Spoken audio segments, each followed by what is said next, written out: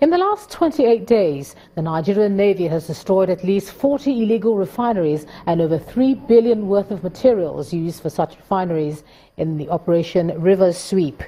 This is according to the Flag Officer commanding Eastern Naval Command, Rear Admiral James Oluwole. At a news briefing with journalists on the NNS Pathfinder in Port Harcourt, the River State capital, the FOC said the operation, which was ordered by the Chief of Naval Staff, will continue to put pressure on oil thieves.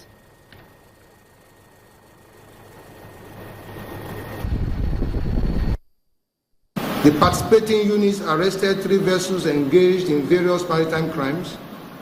2 of these vessels, namely MV Lewis Ejiro and MV Lady Sweeting, were arrested laden with illegal refined AGO. Also, about 40 illegal refineries and 66 large wooden boats, each with capacity for 33,000 liters ending loading capacity, translating into 5,240,000 liters of illegally refined AGO, were also destroyed, along with 4 speed boats that were used for their operations. Furthermore, 5 suspected vandals were arrested and are currently under investigation and to be later prosecuted. The Special Advisor to the President on Niger Delta and coordinator of the Presidential Amnesty Program, General Paul Borough, has called on Nigerians to ensure that they actively participate and invest in agriculture. He made the call when he visited the Governor of Bayelsa State, Seriake Dixon, and he says the Amnesty Program is focused on agriculture as a way to boost the nation's economy. Agriculture for now, I think it's just the best alternative. We should go so that we can revamp our economy. The oil is still there, but like you all know, it's not as lucrative as it used to be. So we must think out of the box, which is agriculture. Irrespective of your field, irrespective of your discipline, have a farm. Whether you're a pilot, you're an engineer, you are in the National Assembly, the technocrats, have fun. After you finish flying, when you come down, drive to your farm and enjoy the products. I assure you that this state is prepared to collaborate with you, prepared to collaborate with our friends and partners and stakeholders, prepared to collaborate with all our levels of authority so that we can address the problems that we're elected to do. And here now, we're talking about agriculture. We have opened up a lot of farm settlements, aquaculture centers. We want to have that in every LG. The process has started. The Commissioner of Agric is here. Funds already released. Work already going on, even as we speak. And we want to continue to work with you to give land, any land you need.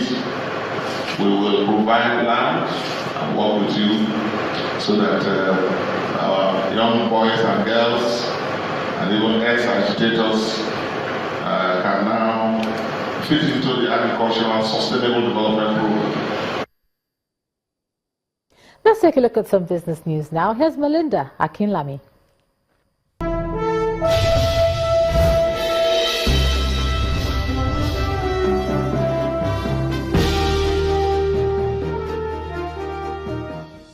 Many thanks, Ijoma. Welcome to Business News. Nigeria's dollar reserves have gained 8.39% so far this year to $28.28 billion in the week that ended February the 2nd. Latest data from the Central Bank of Nigeria shows that the country's foreign exchange reserves rose by 1.43% last week, touching its highest level in a year. Analysts attribute this to the royalties paid by oil and gas companies to the federal government coffers. Guarantee Trust Bank has released a new report stating that despite the beating the economy has taken in the past 24 months, Nigeria has prospects for economic growth. The report points out that Nigeria has strong fundamentals like market size, population, competency of Nigerians, and natural resources. However, it adds that the missing link is the harmonization and implementation of the right policies to optimize the fundamentals into stimulating economic activities. Thousands of chief executives of African companies, policymakers and businessmen are expected to gather in Geneva, Switzerland in the first week of March for the prestigious annual Africa CEO Forum. On Business Morning today, the head of public relations of Africa CEO Forum, Nigerian Batata, explains that the forum will stimulate constructive and focused dialogue between key players in the public and private sector.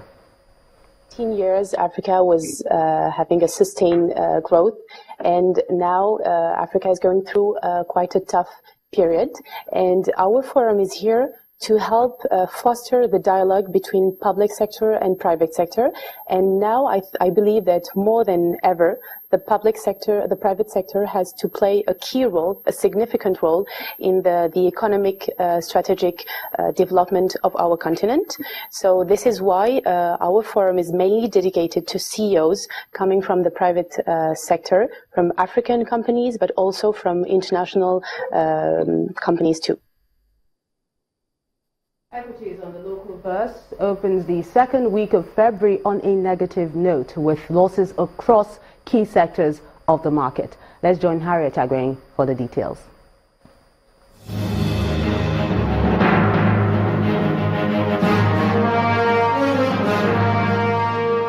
It was a dismal performance at the Nigerian stock market on Monday, as total transactions was a mere 903 million naira on 152.4 million shares in 2,706 deals. The all-share index declined by almost 1% to close at 25,587.09, as total market value sinks to 8.81 trillion naira. Now, losses posted by market heavies like Dangote Cement resulted in just 8 gainers versus 25 losers. United Capital was the day's top gainer ahead of livestock and NEM Insurance. On the flip side, UAC Property was the heaviest loser, trailed by Air Service and GlaxoSmithKline. Those are the day's trading figures. I'm Harriet Agweng.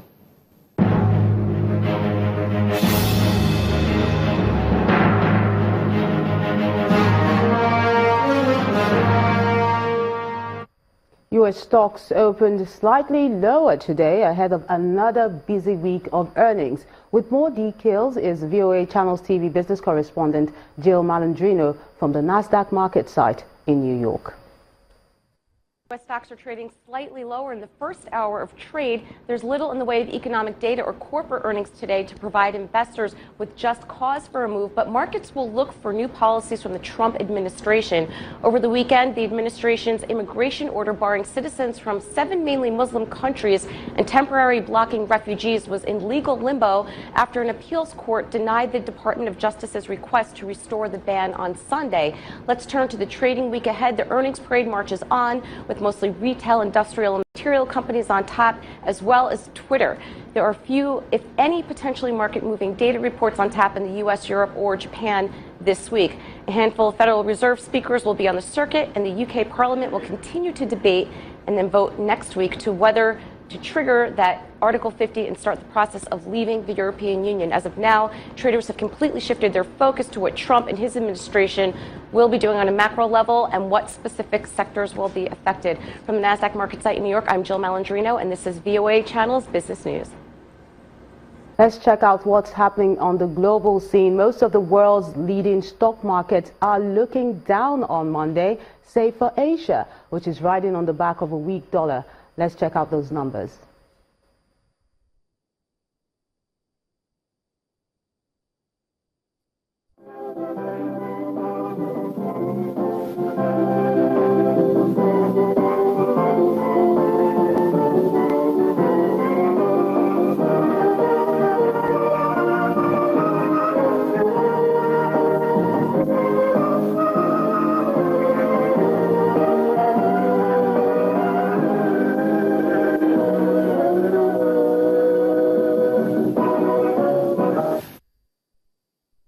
That's Business News. Thank you so much for watching. I'm Belinda Akinlami.